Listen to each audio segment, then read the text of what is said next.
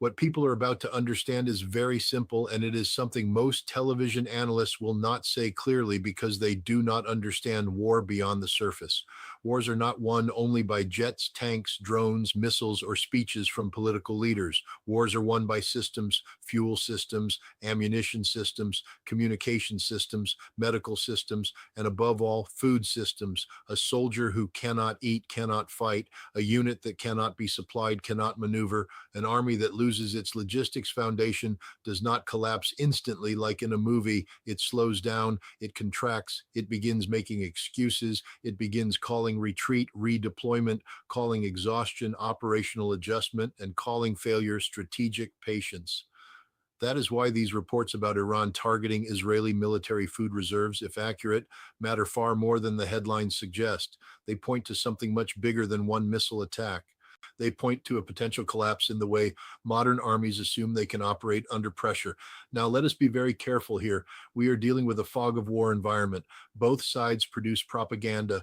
Both sides shape narratives. Numbers are used as weapons. Claims about 90,000 soldiers starving, IDF units surrendering, or entire food reserve systems being destroyed must be treated with scrutiny. But the strategic concept behind the report is not fantasy. It is real. It is old. It is brutal, and it has decided wars for centuries. You do not need to destroy every tank if you can stop the tank from receiving fuel. You do not need to kill every soldier if you can prevent the soldier from being fed. You do not need to break the front line with a dramatic armored breakthrough if you can break the rear area that keeps that front line alive. That is the part the media misses. They talk about explosions. They talk about interceptors. They talk about who launched what, how many missiles were fired, how many were intercepted, and how many got through. But the real military question is not simply whether a missile landed. The real question is what the missile hit, why that target was selected, and what effect that strike created 72 hours later. A missile that hits an empty runway may produce a photo. A missile that destroys a ration depot may produce a retreat. That is the difference between tactical spectacle and operational effect. If the reported Iranian strike package was aimed at food reserves, refrigeration facilities, ration warehouses, distribution hubs, and transport nodes, then we are not looking at a random retaliation. We are looking at target system warfare. That means the attacker is not simply trying to punish the enemy. The attacker is trying to identify the one point in the enemy's military machine where damage creates cascading failure. That is how serious planners think. They do not ask what target looks impressive on television. They ask what target, if removed, forces the enemy to change behavior. That is the question that matters. Stay with this, because the next layer is where the official story begins to fall apart. For years, Israeli and American defense planners have sold the idea that layered air defense can absorb missile pressure. Iron Dome for short-range threats, David's Sling for medium-range threats, Arrow for ballistic missiles, American systems in the background, radar integration, intelligence sharing, early warning. The whole architecture is presented as a shield, but no defense system defends everything equally. That is the point. Air defense is about priorities. You defend air bases, command centers, nuclear-related facilities, major civilian population centers, government nodes, high-value headquarters. You do not have unlimited interceptors. You do not have unlimited radar attention. You do not have unlimited reaction time. So if an adversary identifies a target category you did not prioritize, your entire defensive doctrine can be technically impressive and still strategically inadequate. That is what makes logistics targeting so dangerous. Food depots do not sound glamorous. Refrigeration infrastructure does not sound like a strategic target to people who have never studied a real campaign. Distribution warehouses do not appear on cable news maps with dramatic arrows. But in an actual war, they are the bloodstream of the army. Cut that bloodstream and the body begins to fail. Not immediately, not theatrically, but inevitably. The reports describe strikes against large Israeli military logistics facilities, including food storage and distribution infrastructure that allegedly supported forces deployed in multiple operational sectors. Whether every number being circulated is accurate is less important than the military logic being demonstrated. A large deployed force consumes an enormous amount of food every day. It also consumes water, fuel, medical supplies, batteries, replacement parts, and ammunition. But food is unique because it touches every soldier every day. It cannot be deferred for long. Ammunition can be rationed, fuel can be prioritized, operations can be reduced, but human beings must eat. Once the ration system breaks, morale begins to break with it. This is where weak analysts get confused. They think logistics is a secondary issue. They think the combat unit is the center of war and the supply system merely supports it. That is backward. The combat unit is the visible tip of a much larger logistical structure. Without that structure, the combat unit is just a group of armed men waiting to run out of energy. A modern soldier is not a medieval fighter carrying a loaf of bread and marching for weeks. A modern soldier is part of a highly organized consumption system. Calories, hydration, communications, body armor, night vision batteries, ammunition, replacement uniforms, medical care, transport, maintenance. All of this must move continuously from rear areas to forward positions. Now imagine that the rear system is hit not once but in waves. First the storage facilities, then the cold chain infrastructure, then the transport links, then the fuel points that allow trucks to move supplies forward. That is not a strike. That is a campaign. That is a deliberate attempt to create paralysis. And if the defender has not hardened, dispersed, and protected that network, then the defender is vulnerable no matter how advanced its tanks and aircraft may be. And this is where the intelligence picture becomes much darker.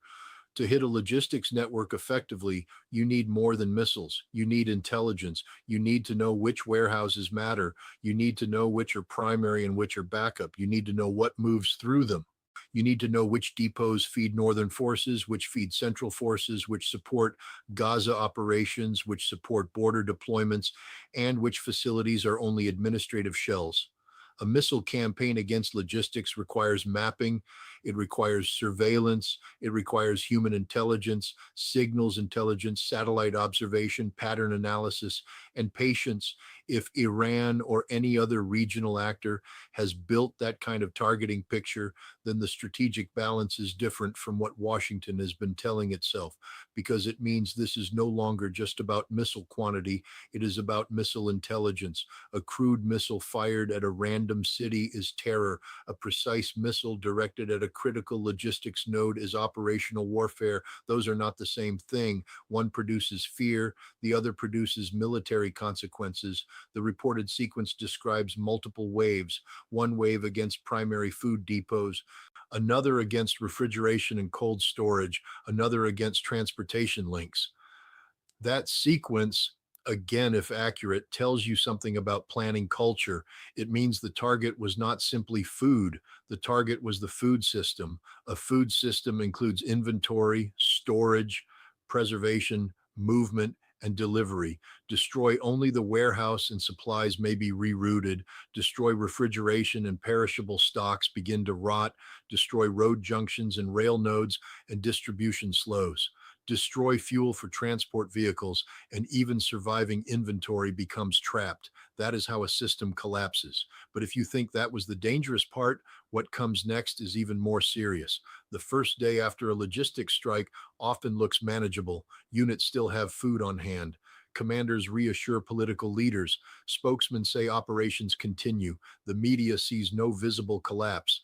This creates a false sense of stability, but logistics failure moves like a wave. It begins in the rear, then reaches divisional distribution, then brigade supply points, then battalion stores, then company level ration control, and finally the individual soldier. By the time the soldier feels it, the system has already failed upstream. This is why a 72-hour window matters. In the first 24 hours, the Army may continue operating normally. In 48 hours, resupply becomes irregular. In 72 hours, forward units begin receiving emergency allocations instead of normal rations. That does not mean everyone is starving in the simplistic sense. It means the force has moved from operational consumption to survival management. There is a huge difference. A soldier on proper combat rations can patrol, maneuver, carry weight, make decisions, stay alert, and endure stress. A soldier on reduced emergency intake begins conserving energy, reaction time slows, judgment declines, aggression drops, endurance falls. The unit becomes more defensive, more cautious, and less capable of sustained action. People sitting in studios do not understand this because they have never watched a military unit degrade from the inside. They think morale is just patriotism. It is not. Morale is also sleep, food, water, trust in command, confidence in supply, belief that the rear has not abandoned the front. When food distribution fails, soldiers do not just get hungry, they start asking questions. Why are we here? Who planned this? How long can this continue? Are we being told the truth? Does command know what is happening? Are political leaders lying? That is the beginning of institutional strain. If reports that tens of thousands of Israeli soldiers were shifted to emergency rations are even partially true, then the operational implications are severe. Offensive operations require energy, they require tempo, they require confidence that resupply will follow movement. A hungry force cannot sustain an offensive. It can hold ground for a time, it can defend fixed positions, it can conduct limited missions, but it cannot maintain high tempo operations across multiple sectors without a functioning supply chain. That means the battlefield initiative begins shifting, not because every soldier is defeated, but because the Army's operating rhythm is broken. This is the quiet form of defeat that politicians hate admitting. They do not call it surrender, they call it repositioning. They call it temporary operational adjustment. They call it humanitarian pause. They call it force protection.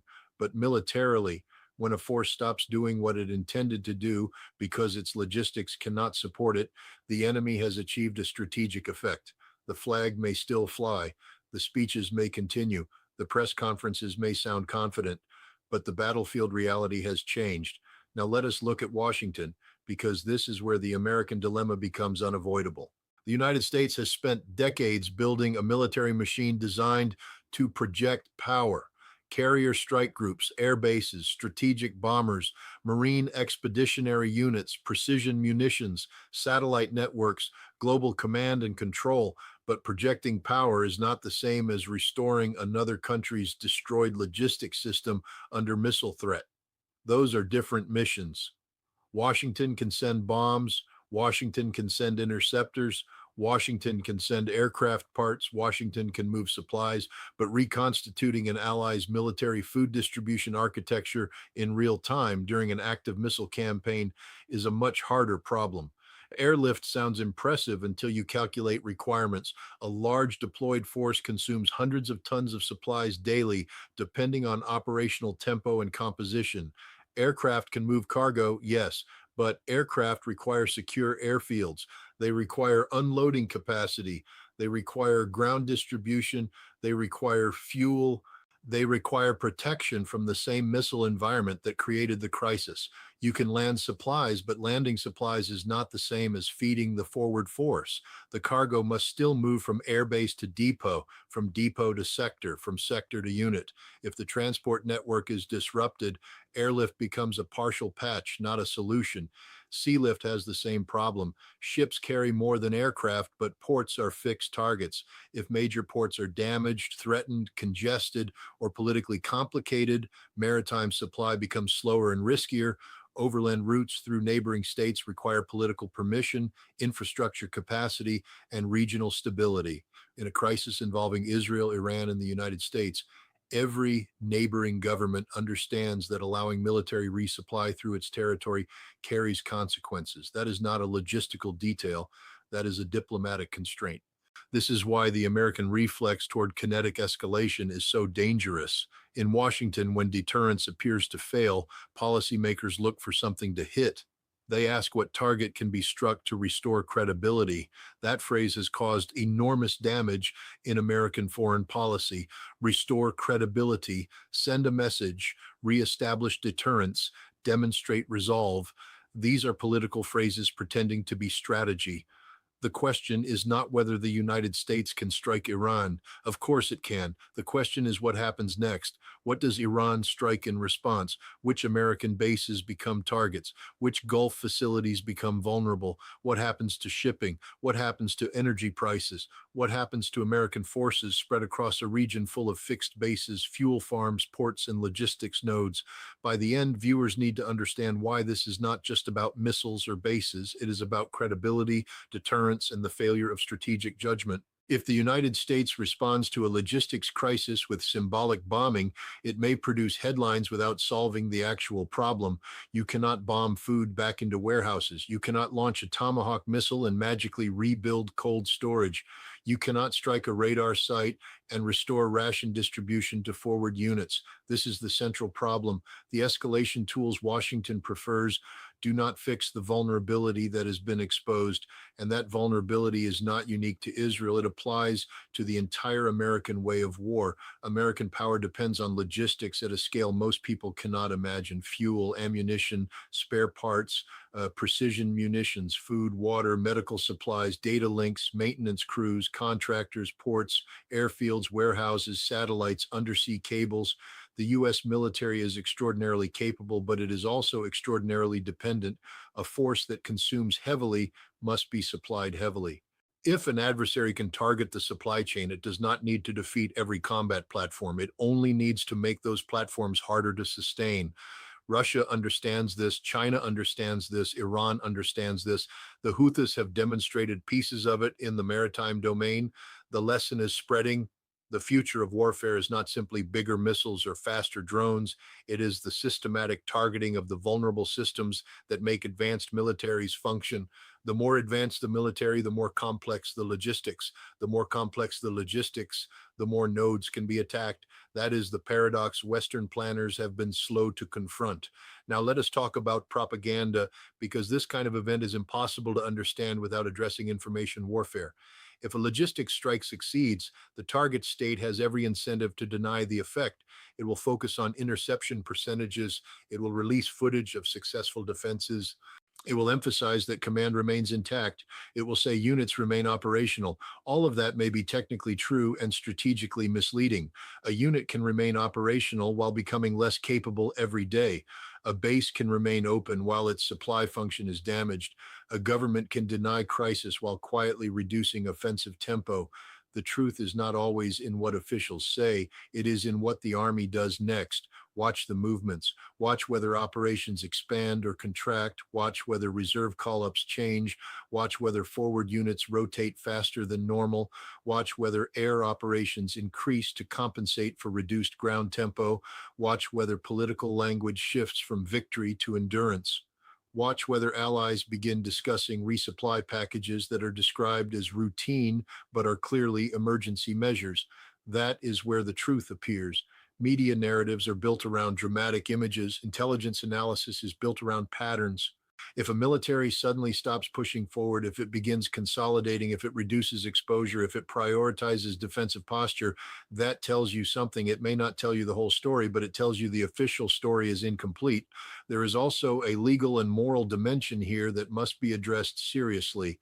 Military logistics targets are generally understood as legitimate targets in war when they support combat operations. Food supplies for deployed military forces are not the same as civilian food supplies. That distinction matters. If a strike targets military depots feeding active combat units, it occupies a different category from attacks intended to starve civilians. This is exactly why such targeting can be strategically devastating while producing less diplomatic backlash than strikes on civilian infrastructure. Iran, if this report is accurate, would understand that distinction very well. It would allow Tehran to argue that it targeted the military machine, not the civilian population. That does not make the situation less dangerous. It makes it more dangerous, because when a strike is both militarily effective and diplomatically defensible, the target state has fewer easy options. It cannot simply claim irrational terror if the target was a military logistics node. It cannot easily rally global outrage if civilian casualty figures are limited. It cannot quickly reverse the damage if the system hit was complex. That is the kind of operation that creates strategic pressure. And this is where Israeli leadership faces a hard reality. A state can possess advanced aircraft, nuclear ambiguity, elite intelligence services, and powerful allies, yet still be vulnerable to a well planned strike on the systems that sustain its forces. Military superiority is not a magic shield. It must be maintained every day through logistics, intelligence, discipline, and realistic planning. If planners assume the enemy will strike only the targets they expect, they are not planning, they are comforting themselves. The same criticism applies to Washington. American foreign policy has repeatedly suffered from mirror imaging, assuming adversaries will behave according to American expectations. We assume they will value the targets we value. We assume they will fear the escalation steps we threaten. We assume sanctions will reduce capability instead of forcing innovation. We assume technological superiority compensates for strategic overextension. These assumptions have failed before, and they are failing again.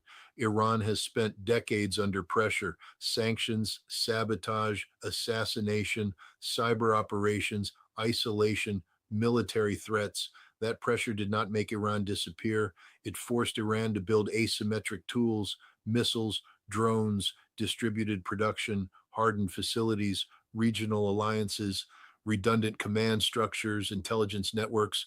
A country under siege for decades learns to think differently from a country accustomed to operating from secure bases and issuing demands.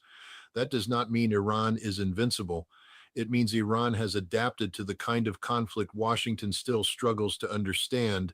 The reported logistics strike, if accurate, is an expression of that adaptation. It says, "We will not fight your war on your terms. We will not try to match your Air Force aircraft for aircraft. We will not chase your strongest point. We will hit the system that allows your strongest point to function."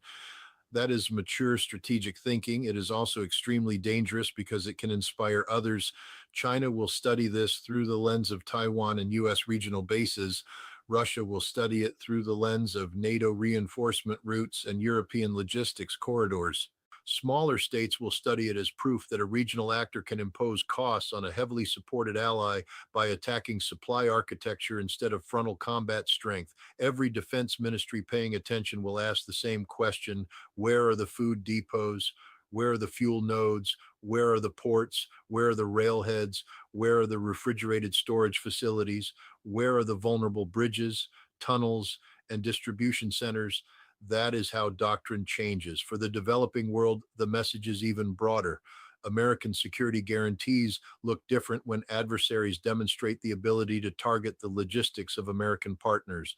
A guarantee is only as strong as the system behind it. If the United States cannot rapidly restore an ally's operational sustainability under missile pressure, then the guarantee becomes more political than military. That does not mean American power disappears. It means it is constrained, and constrained power behaves differently from uncontested power.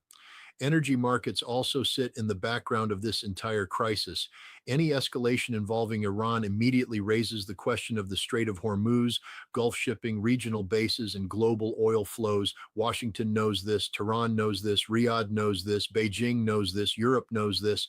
A direct American escalation that triggers wider regional disruption would not remain a Middle Eastern problem. It would become a global economic shock. That is why reckless commentary about just striking Iran is unserious. There is no just in this environment. Every strike has a chain reaction. This is the part political leaders often fail to understand until it is too late. Military action is not a message you send into empty space. It enters an enemy decision cycle. The enemy gets a vote. Iran gets a vote. Hezbollah gets a vote. Iraqi militias get a vote. Yemen gets a vote. Regional governments get a vote. Oil markets get a vote. Domestic populations get a vote. Once escalation begins, control becomes an illusion. You can begin a crisis with confidence and end it begging for an off ramp. If the Israeli food logistics system was seriously damaged, then the real question now is not whether Israel can hit back. It can. The question is whether hitting back solves the original problem or deepens it. If Israel escalates and Iran responds by targeting more logistics, more ports, more energy infrastructure, more transportation nodes, then the crisis spreads. If the United States enters directly, American regional bases become part of the battlefield. If Washington tries to remain indirect, Israel may face limits it is not politically prepared to admit. That is the strategic dilemma. And here is the final point about battlefield reality. No army is stronger than its ability to continue operations under stress, not its parade strength, not its official doctrine, not its defense budget, not its reputation. Its real strength is measured when the supply lines are hit, when assumptions fail, when political leaders demand action that logistics cannot support, and when the enemy refuses to fight according to the script written in Washington. That is the test. If the reports about 90,000 soldiers shifting toward emergency rations are exaggerated, the lesson still stands. If the reports are partly accurate, the consequences are serious. If the reports are substantially accurate, then we are watching one of the clearest demonstrations in modern Middle Eastern warfare of logistics being used as the decisive battlefield. And that should alarm every serious military planner, because the next war will not be decided only by who has the best aircraft. It will be decided by who can keep those aircraft fueled, armed, repaired, and protected. It will not be decided only by who has the best brigades. It will be decided by who can feed those brigades after the depots are hit. It will not be decided only by who has the most advanced missile defense. It will be decided by whether that missile defense was protecting the right targets in the first place. This is the failure of strategic judgment. Western defense culture became obsessed with platforms and forgot the systems. It became obsessed with deterrence language and forgot adversary adaptation. It became obsessed with media perception and forgot battlefield sustainability. It assumed that allies backed by Washington could absorb pressure indefinitely. But war does not care about assumptions. War cares about supply, distance, time, attrition, morale, and the enemy's ability to identify what you failed to protect. The final warning is this. If leaders in Washington, Tel Aviv, or any NATO capital misread a logistics crisis as a simple missile exchange, they will make the wrong decisions. They will escalate to restore pride. They will strike to repair credibility. They will brief the media to control perception, but none of that rebuilds destroyed supply systems. None of that feeds hungry soldiers. None of that reverses the intelligence failure that allowed critical nodes to be mapped and targeted in the first place. Bad policy begins when leaders believe their own propaganda. Military disaster begins when intelligence is shaped to fit political needs. Escalation becomes uncontrollable when decision makers confuse tactical capability with strategic wisdom. If this crisis teaches anything, it is that modern war is no longer fought only at the front line. It is fought in warehouses, ports, fuel depots, rail junctions, data networks, and the quiet infrastructure that politicians never mention until it is burning. An army that cannot be supplied cannot sustain the fight. A government that cannot admit that reality will make worse decisions trying to hide it. And an empire that believes every problem can be solved by escalation will eventually discover that some problems were created by escalation in the first place. That is where we are now, not at the end of the story, but at the point where strategic miscalculation, propaganda narratives, intelligence failure, and military reality begin colliding. And when those forces collide in the Middle East, the consequences do not stay on one battlefield. They move outward. They reshape alliances. They shake markets. They expose weakness.